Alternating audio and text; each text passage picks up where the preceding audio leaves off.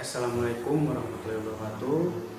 Kami dari kelompok 11 di sini akan mempresentasikan tentang model-model kebijakan publik. Apa itu model kebijakan publik?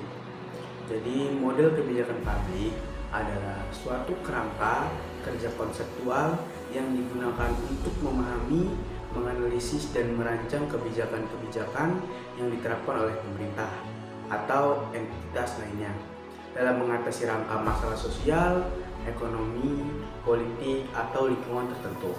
Model ini membantu dalam merancang, mengimplementasikan, dan menyebarkan kebijakan dengan cara yang sistematis. Dalam pengertian yang lebih sederhana, model kebijakan publik adalah alat berpikir atau panduan yang membantu pemangku kebijakan dan peneliti dalam merencanakan, mengambil keputusan, dan memahami dampak dari kebijakan-kebijakan yang mereka buat. Model-model ini dapat didasarkan pada teori, data, atau kombinasi keduanya, dan mereka membantu menguraikan langkah-langkah yang harus diambil dalam siklus kebijakan, seperti mengidentifikasi, analisis, implementasi, dan evaluasi. Di sini saya ingin menjelaskan tentang mengapa perlu ada model kebijakan publik.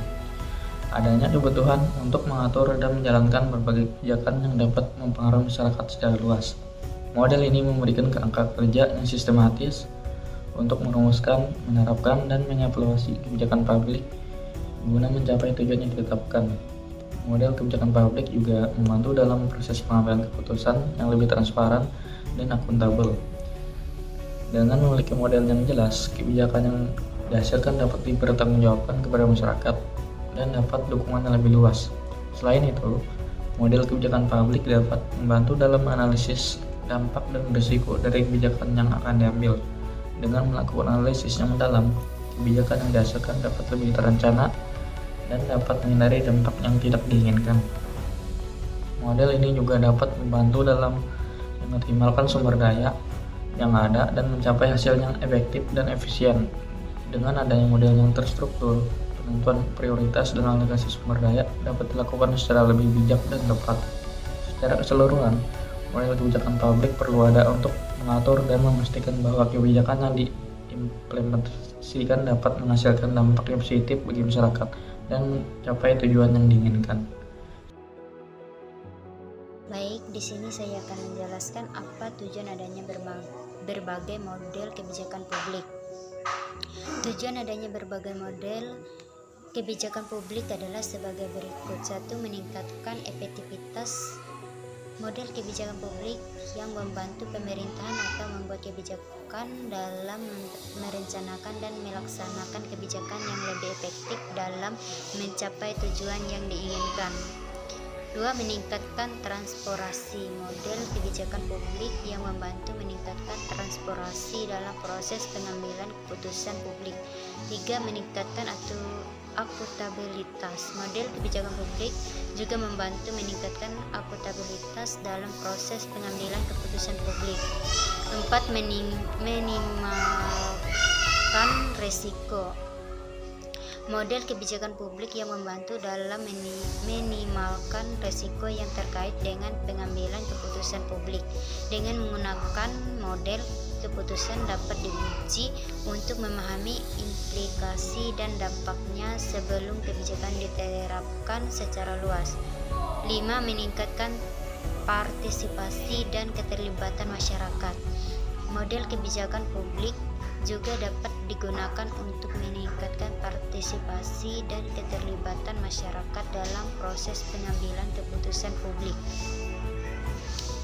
Secara keseluruhan, tujuan dari berbagai model kebijakan publik adalah untuk membantu pembuatan kebijakan dalam merencanakan, melaksanakan, dan mengevaluasi kebijakan publik yang efektif, transparan, dan akuntabel.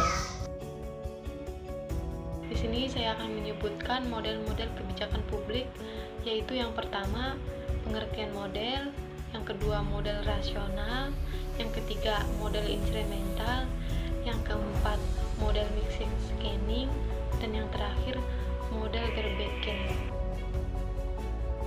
Pemerintah membuat model-model kebijakan publik melalui serangkaian langkah yang sistematis. Adapun langkah-langkahnya yaitu yang pertama, mengidentifikasi masalah, kemudian itu yang kedua, pengumpulan data yang relevan dan menganalisis, yang ketiga, penelitian kebijakan, perumusan kebijakan, implementasi kebijakan, kebijakan evaluasi, komunikasi publik, penyesuaian dan revisi. Yang 9, pengawasan dan penegakan, dan yang terakhir, pengukuran hasil.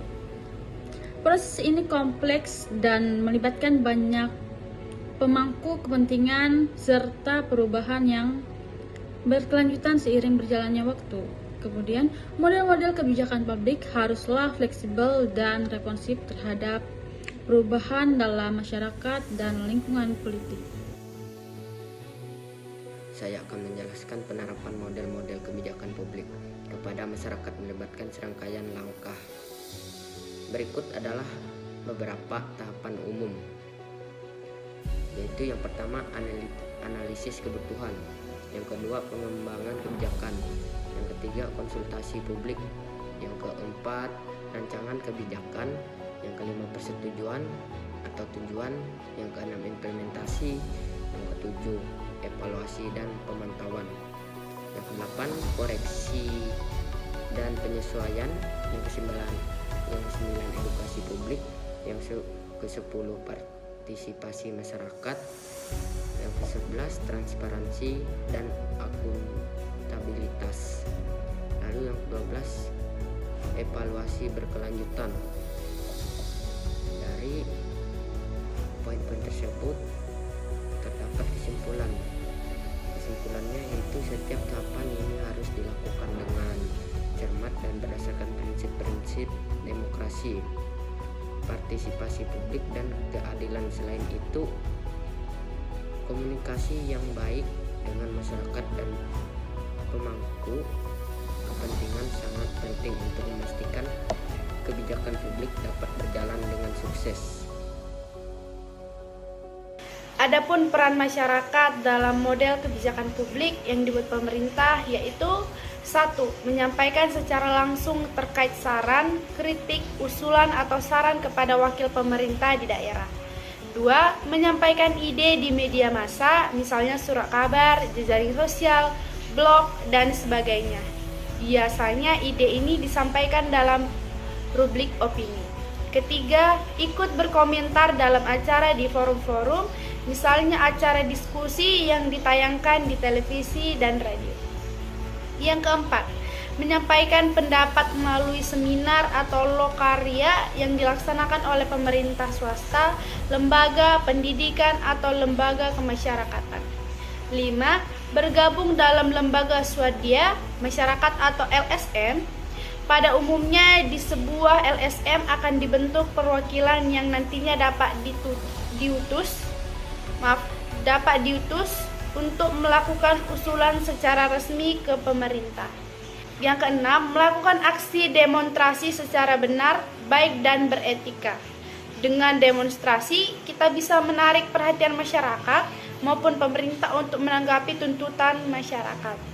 Dan yang terakhir, yang ketujuh, melakukan penelitian terhadap suatu permasalahan yang berhubungan dengan kebijakan pemerintahan, kemudian hasil tersebut dikemukakan kepada pemerintah.